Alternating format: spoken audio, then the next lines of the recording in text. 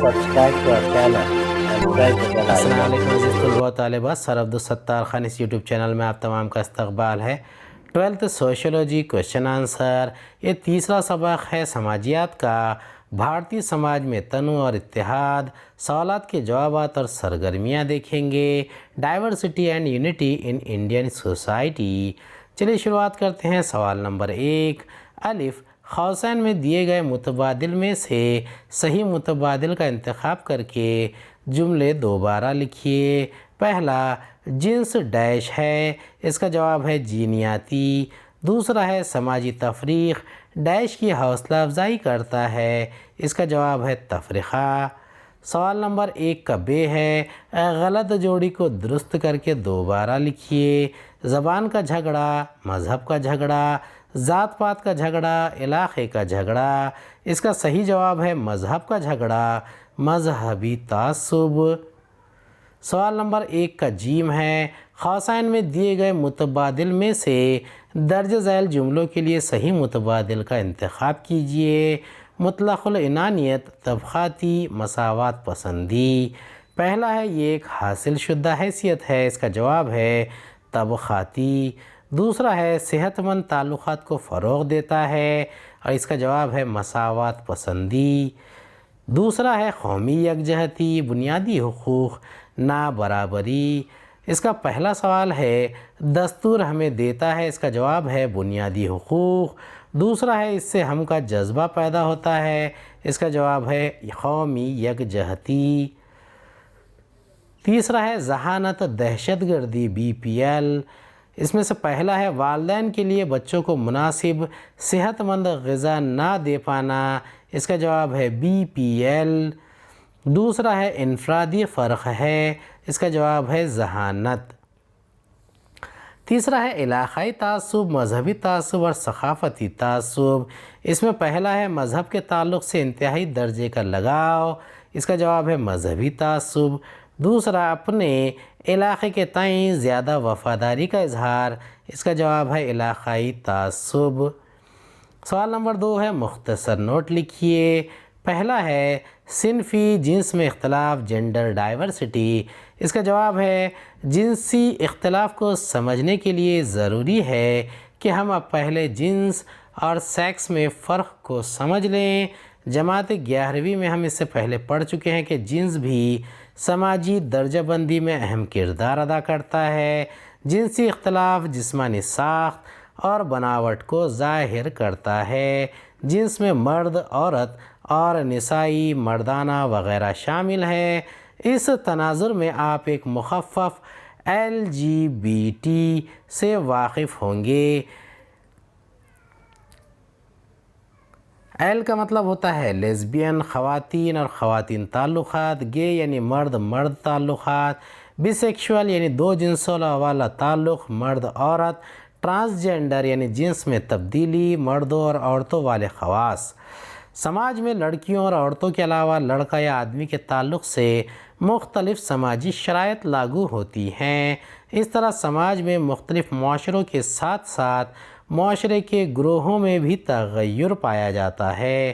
اس سے ایک بات سمجھ میں آتی ہے کہ سماج اور اس کے تمام اداروں جیسے خاندان، شادی، معیشت، مذہب وغیرہ میں جنس کا غلبہ ہے۔ یہی غلبہ دو جنسوں میں تفریق کرتا ہے۔ آج سماج میں آہستہ آہستہ جنس کو سمجھنے اور قبول کرنے کی راہیں کھل رہی ہیں۔ صنف کے تنوع پر گفتگو کرتے وقت ایک اصطلاح سے واقفیت ہوتی ہے جو جینڈر ایکسپریشن یعنی صنفی اظہار ہے۔ یہ صنفی اظہار صنفی سماجیانہ سے جڑا ہوا ہے۔ یہاں مرد دیوتاؤں کے حوالوں سے موجود ہے جو صنف پر مشتمل تھے۔ 6 دسمبر 2018 کو ہندوستان کی سپریم کورٹ نے ہم جنس پرستی کو قانونی طور پر منظوری دے دی۔ سپریم کورٹ نے ہم جنس پرستوں کے حقوق کو تسلیم کیا اور انہیں تحفظ فراہم کیا۔ صنف کی بنیاد پر تنوع کے بارے میں آگاہی سے درج ذیل مدد مل سکے گی۔ صنف سے وابستہ جہالت اور خرافات کو دور کرنے میں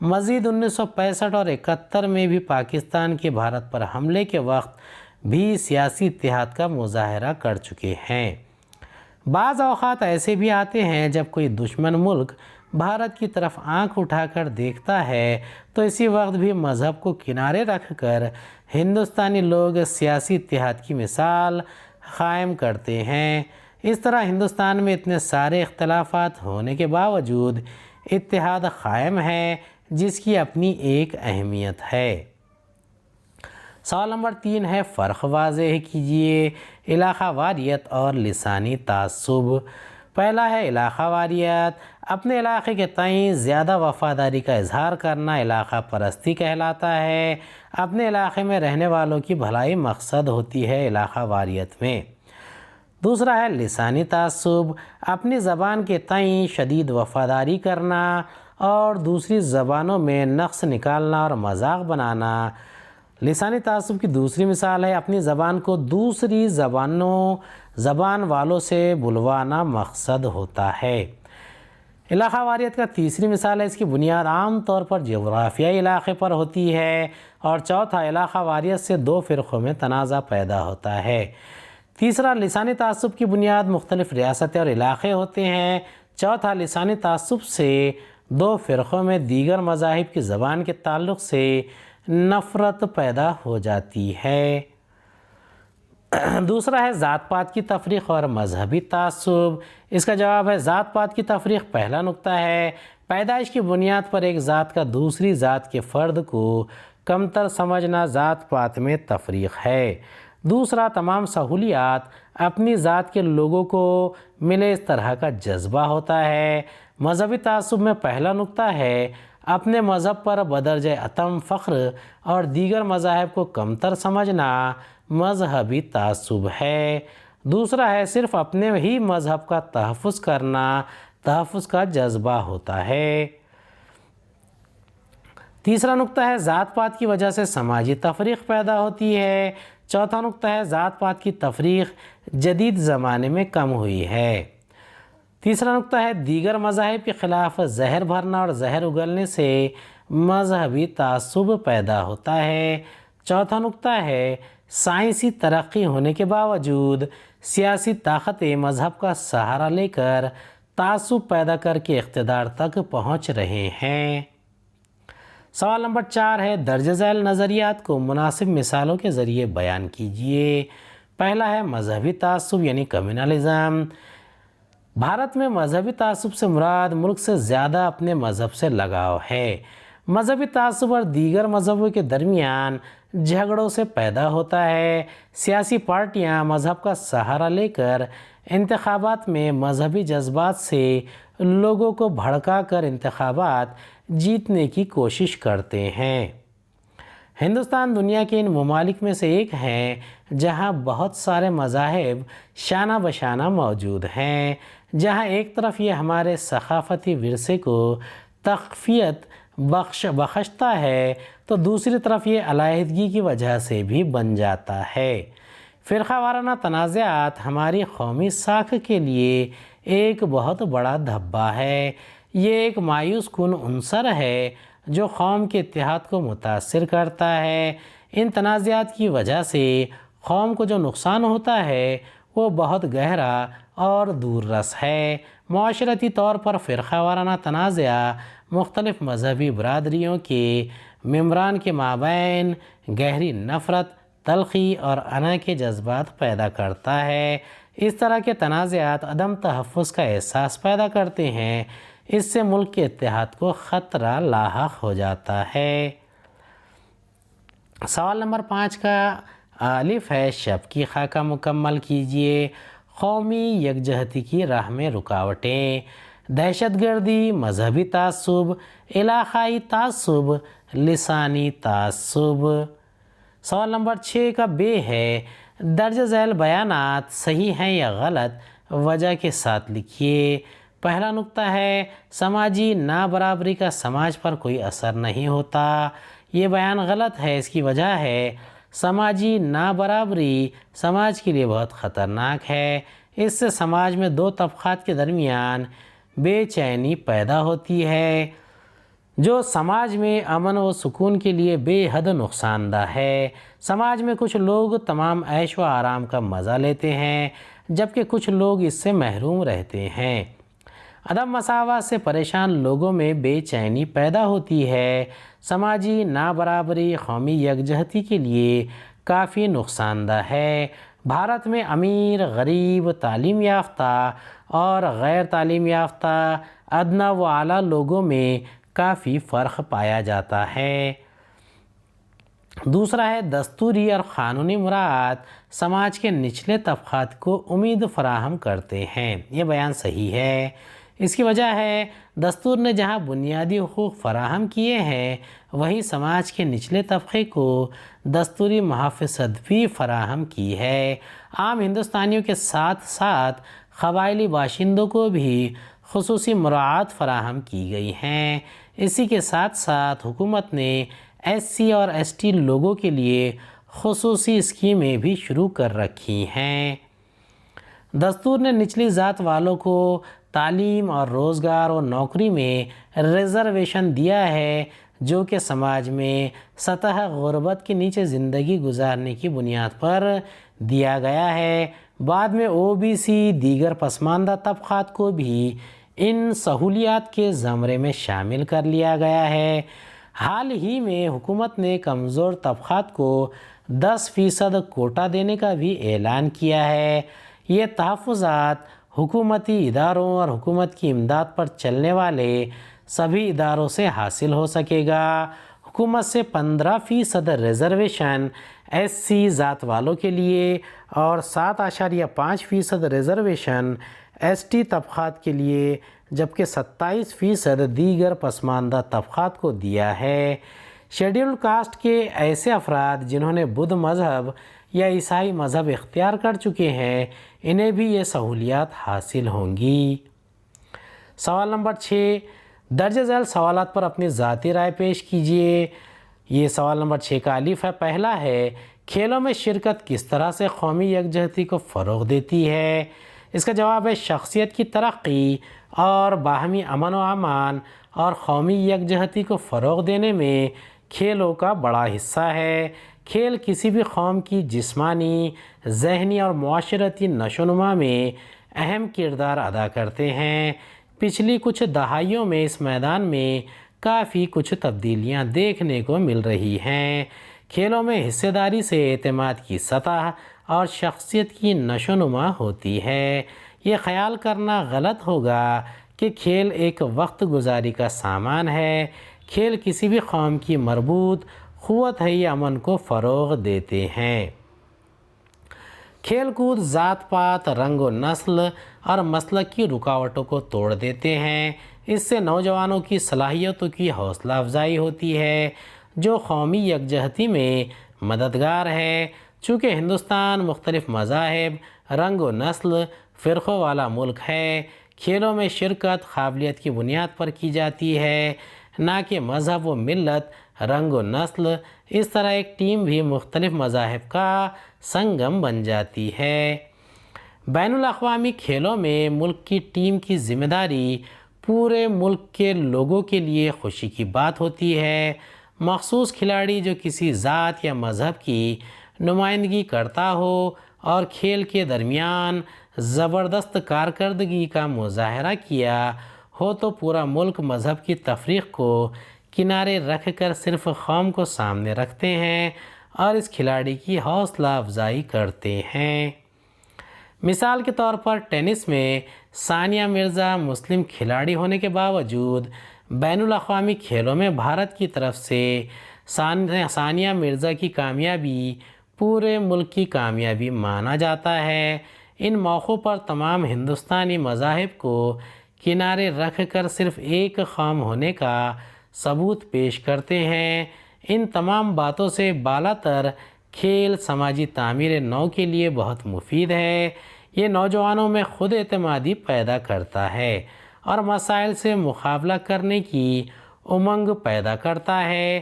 آج اسکولوں میں اسی جذبے کو فروغ دینے کے لیے ایک لازمی نصاب تعلیم بنایا گیا ہے۔